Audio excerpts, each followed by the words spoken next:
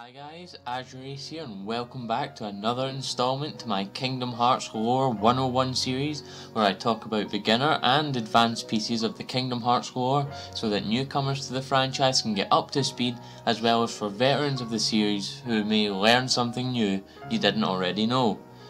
I hope to bring both newcomers and veterans into the pool of knowledge in the run up to the release of Kingdom Hearts 3, the climax of the Xehanort or Darkseeker saga. In this video, I'll be talking about a topic I mentioned briefly in my previous Kingdom Hearts Lore 101 episode about the parts that make up a somebody. Link to that video on the annotation on screen now, check that out if you missed out that. But the topic I mentioned was, what is the connection between Ventuss and Roxas? Grab your keyblades and get ready because it's time to dive into the heart of this video. First off, I want to clear away two of the biggest misconceptions that come out when this topic is mentioned on YouTube or on forum sites such as KH13 and KH Insider. This will ultimately lead me into the connection between Roxas and Ventuss. One of these misconceptions is the fact that people think Roxas is Ventuss or Ventuss is Roxas. However, this is not the case, as that would mean Ventuss had already awoken 2 years prior to the time we are at now in Kingdom Hearts Dream Drop Distance leading into Kingdom Hearts 3, when in Kingdom Hearts 1 it is highly suspect and evidence-backed that Sora supposedly released Ventuss's heart along with the 7 Princesses of Heart. This is most likely the case, as Sora allowed Ventuss to use Sora's heart as a means to repair his own, as in the climactic fight between Ventuss and Vanitas, the Keyblade was shattered, resulting in Ventuss losing his own heart and being sent to sleep in Land of Departure, then into Castle Oblivion. As Sora's heart harboured Ventuss's, when using the Keyblade of Heart to release the Princess's hearts, it should have also released Ventuss's as well. As we know, this in turn created the byproduct and the other half of Sora, Roxas, his nobody, who appeared in Twilight Town after his separation only to be confronted by Xemnas and given the name Roxas.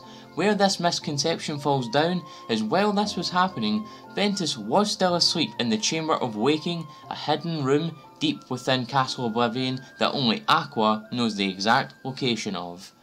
Another misconception is that even more people believe that Roxas is Ventuss's nobody. Again, this is not the case. As I stated, Roxas was created as the byproduct of Sora's sacrifice, as Sora was a strong enough willed being that he had a human-shaped nobody created. Now this is where people start to believe that Roxas is actually Ventuss's nobody.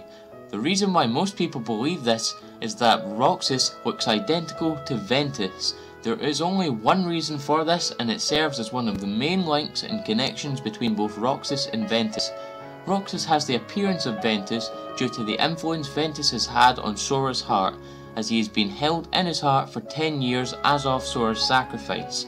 Due to the influence of Ventuss's heart, it allowed a very special type of nobody to be created, being Roxas, who inherited the rare look of a person he is not the nobody of in Ventuss. The look of Ventuss is not the only thing Roxas inherited from him. He also inherited both his and Sora's power, granting him the ability to dual-wield in the endgame of 358 days over 2. This was obviously not shown throughout the game, as Xion slowly but surely siphoned away Roxas's power, denying him access to his fullest potential.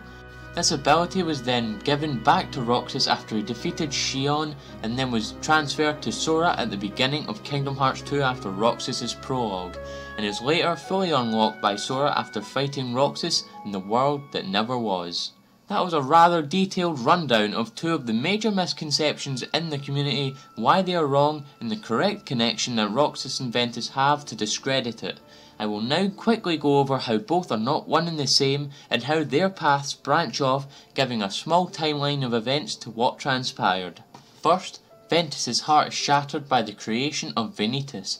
However, before Sora's newborn heart is able to reach his newborn body, it comes across Ventuss's shattered heart and decides to repair it on its way to Sora's body.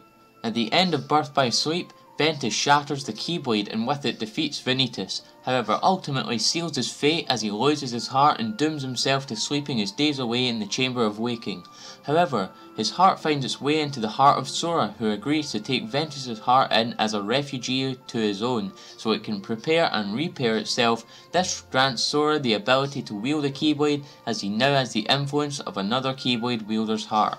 10 years pass and we come to the events of Hollow Bastion in Kingdom Hearts 1, where Sora uses the Keyblade of Heart to release Kairi's heart, which creates Naminé, as well as release the other hearts of the other 6 Princesses of Heart from the Keyblade of Heart.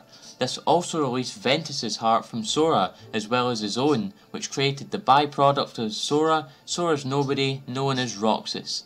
Roxas being Sora's Nobody, with Ventuss' heart also being released, this gives Roxas the appearance of Ventuss, as it is the separation of 2 hearts from the same body. This begins the events of 358 Days Over 2, as Roxas begins his time as a member of Organization 13. During days 22 to 52 on the day's calendar, the events of Chain of Memories take place and Sora is placed in the pod room at Twilight Town to recuperate at the end of it, in the hopes that both Naminé can restore his Chain of Memories, erase his memories of Castle Oblivion, as well as return Roxas to Sora once more.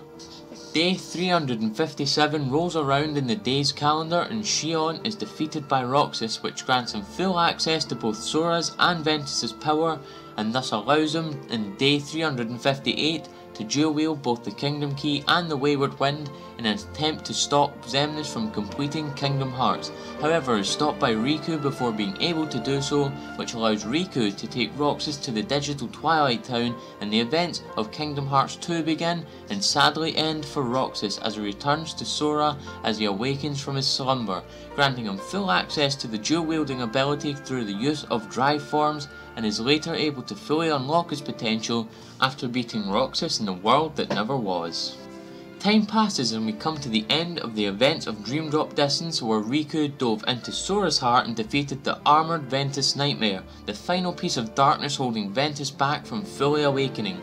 And we finally reach the unknown territory of Kingdom Hearts 3, where the 2 wielders of both Ventuss and Roxas are both sure to return and join the fight against Xehanort and his 13 darknesses.